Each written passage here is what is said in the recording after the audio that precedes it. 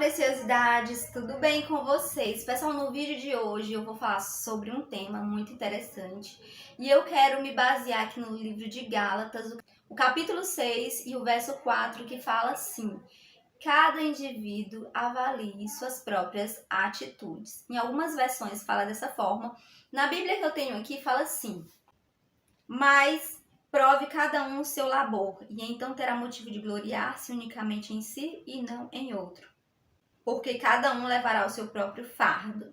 Então, esse verso ele fala que cada um de nós devemos examinar nós mesmos, né?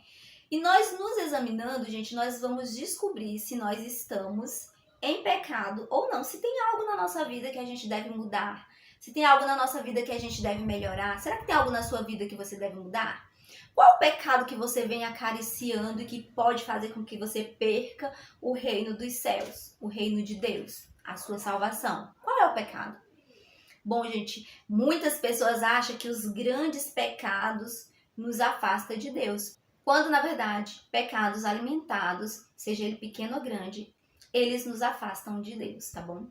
E eu vou falar para vocês algo interessante, é que o inimigo, ele é um estudioso, sim, o inimigo, ele é um estudioso. Ele nos estuda desde a fundação do mundo, né? Ele nos estuda desde que Deus fez o homem. Ele vem estudando. Quando o homem pecou, ele veio estudando o homem para ele saber qual é o ponto fraco de cada um. Porque cada um de nós somos individual. Então, o meu ponto fraco não é o seu ponto fraco. E o inimigo, ele passa muito tempo estudando cada um de nós para descobrir qual é o ponto fraco que cada um de nós temos para que ele venha investir de uma forma mais intensa nessa área da nossa vida. É claro que ele vai agir em várias áreas, mas eu estou falando especificamente em uma área que nós temos mais fragilidade, tá certo? Por isso que a palavra de Deus nos diz que nós não devemos nos mostrar fraco no dia da nossa angústia. Nós devemos nos mostrar forte. Tá morrendo por dentro, tá se acabando por dentro, mas se mostra forte, tá? Igual aquela mulher que falou pro profeta: olha, vai tudo bem. O filho dela estava morto, mas ela disse: vai tudo bem. É assim que nós temos que ser. Não dar armas para o inimigo, tá bom? A partir do momento que o inimigo conhece a nossa fragilidade, ele vai agir em cima da nossa fragilidade. Pode ter certeza disso. Eu vou contar pra vocês algo, porque assim como vocês, eu sou uma pessoa carente da glória de Deus, uma pessoa humana que peca, que erra, como cada um de vocês. Ah, não, mas é pastora, mas é mais santa. Não, não existe isso, gente. Todos nós somos carentes da glória de Deus e da misericórdia do Senhor. Isso é a grande realidade. Não há ninguém melhor que ninguém, tá bom? Temos que colocar isso na nossa cabeça. Não tem ninguém melhor que ninguém. E o que eu vou falar para vocês aqui é sobre uma fragilidade que eu comecei a perceber, eu me examinando, eu comecei a perceber uma fragilidade que eu estava tendo e que estava se agravando na minha vida. E eu percebi que o próprio mal estava começando a investir em cima dessa fragilidade. E aí eu comecei a pedir misericórdia para o Senhor, né, no meu coração, na minha mente, para que Deus possa me mudar, me moldar, mudar as minhas atitudes com relação a isso.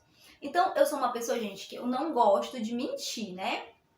Mas eu me peguei mentindo em coisas pequenas. E essas mentiras, elas começaram a crescer, sabe?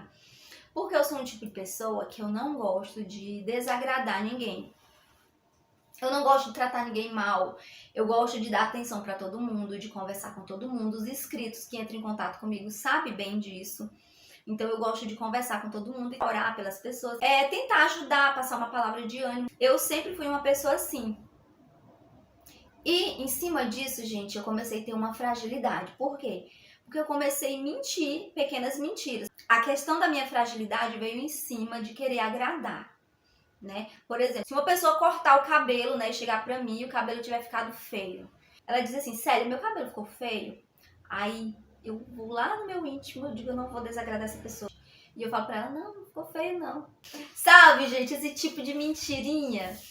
E eu percebi que o mal começou a entender que eu era uma pessoa que gostava muito de agradar as pessoas e que eu não sabia também dizer não. E comecei a passar por algumas dificuldades. Por exemplo, no domingo eu estava soberbada de coisas para me fazer em casa. e chegavam pessoas falando, Célia, você pode me ajudar? E eu falava, posso. A outra pessoa chegava, Célia, você pode me ajudar? E eu, posso. Célia, você pode me ajudar? Posso. E acabava, gente, que era tanta coisa para me resolver no domingo, é um exemplo, sabe? Que eu acabava não resolvendo quase nada. E acabava sendo mentirinhas, porque mesmo aquela mentira não sendo intencional, acabava sendo uma mentira. E eu comecei a pedir, Senhor, me ajuda, porque a palavra de Deus diz que os mentirosos não herdarão o reino do céu. Né? A palavra de Deus diz clara que os mentirosos não herdarão o reino dos céus. E se é mentira de qualquer tamanho. Se uma pessoa tá com o cabelo cortado e eu não gostei, eu tenho que falar, mulher, não gostei. Mas se você gostou, tudo bem. Mas eu acabava falando, não, ficou bonito. Ou então no amigo oculto, né? Chegava alguém, ou no meu aniversário, e me dava um presente. E aquele presente, gente, por exemplo, era um sabonete, né? E a pessoa chegava e dizia, e aí, Célia, você gostou? Aí eu falava, gostei. E aí eu falava, gostei, pra mim não ofender a pessoa. Então, assim, são coisas difíceis da gente encarar? É difícil, mas nós temos que ser sinceros e verdadeiros. A grande verdade é essa. Se a pessoa perguntou, a gente vai ter que responder e ela vai ter que ouvir. Ela está preparada para uma coisa boa ou uma coisa ruim, mas nós temos que falar a verdade.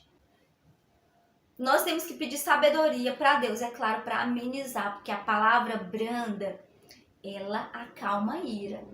A palavra furiosa, ela suscita a ira, então nós temos que pedir a sabedoria de Deus para falar a verdade de uma forma branda. Jesus sempre falou a verdade. Jesus não passava a mão na cabeça de ninguém para agradar, e nós podemos perceber isso em toda a trajetória de Jesus. Então nós temos que sempre estar nos avaliando e tentando enxergar qual é o nosso pecado. Às vezes é difícil a gente aceitar que nós temos um erro, que nós temos uma tendência, né, para algum lado que é errado, de fazer algo, de falar algo. A gente deve estar se examinando, né, pedindo para o Espírito Santo nos ajudar a nos examinar, porque o Espírito Santo é que nos convence do pecado, né? Então a gente pede o Espírito Santo que nos ajude a fazer essa avaliação. É como se fosse um celular, né? Tem aquele aplicativo que vai identificar onde está o vírus, né? E vai procurando até achar para eliminar do seu celular. Assim é nós, né? O Espírito Santo vai ser esse aplicativo que vai funcionar em você para identificar onde é que está o pecado em você, tá bom? Onde é que está a sua falha para que você venha pedir a misericórdia do Senhor para você mudar. Eu sei que você não vai mudar de um dia para a noite. Nós não somos assim. Mas é de glória em glória, né? O Senhor vai trabalhando em cada um de nós e a gente vai melhorando, né? Até chegar à perfeição. Até um dia nós alcançar a nossa salvação. E aí a gente seremos completos em Cristo Jesus, mas por enquanto a gente vai ter manchas e falhas que a gente tem que estar pedindo a misericórdia do Senhor para estar mudando. Então vocês entenderam, né? Se não há possibilidade de ajudar, se você não está com tempo, se não pode, então você tem que pesar tudo na balança. Até para dizer não é preciso ter sabedoria de Deus, e a gente tem que pedir isso todos os dias, e eu tenho pedido a Deus para me melhorar nessa questão, sabe? É um processo que nós temos que melhorar. E aí, qual é o seu problema? Qual o seu pecado acariciado? O que você tem que mudar? Eu não sei.